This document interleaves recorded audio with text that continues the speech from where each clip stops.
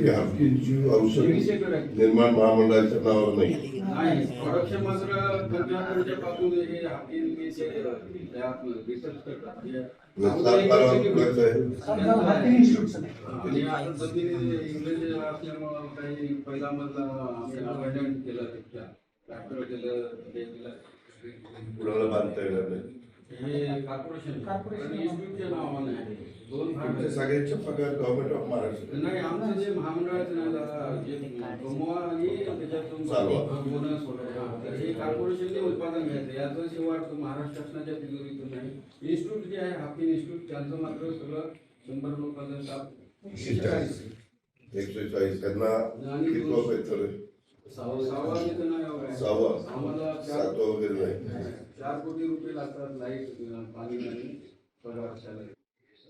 एवढा मोठा कॅम्पस आहे त्याच्यात बाकीचं झालं नाही पडून आहे. 7-8 एकर मध्ये आपलं आता सध्या आहे.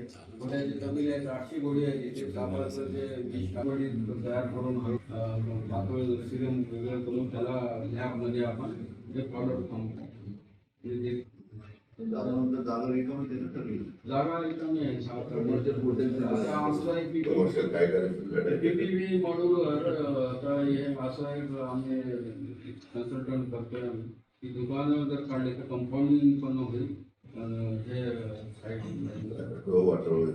लीजवर 50-50% त्यांना 30 वर्षाचे नाही.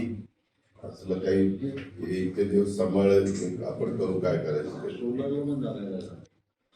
सोलार दिले आम्ही बाकी सगळं झाडांनी व्यापलंय. फळझाडं लावली बाकी म्हणून बाकी असं उसळ आहे. पूर्वी गवत घेतलं घोड्यासाठी गवत घोड्याला खायला काय टेंडर करून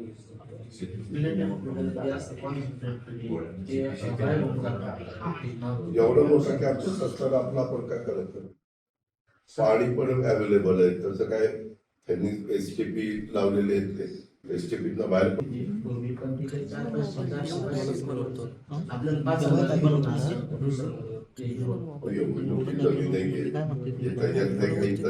ऍग्रिकल्चरची माहिती असणार याच्या लोक जमीन चांगली आहे का फ्लॅट मुरबाड असली तरी अलीकडं चांगल्या पद्धतीने करून घोड्याची लीज वगैरे हे कशी कुठं जातं.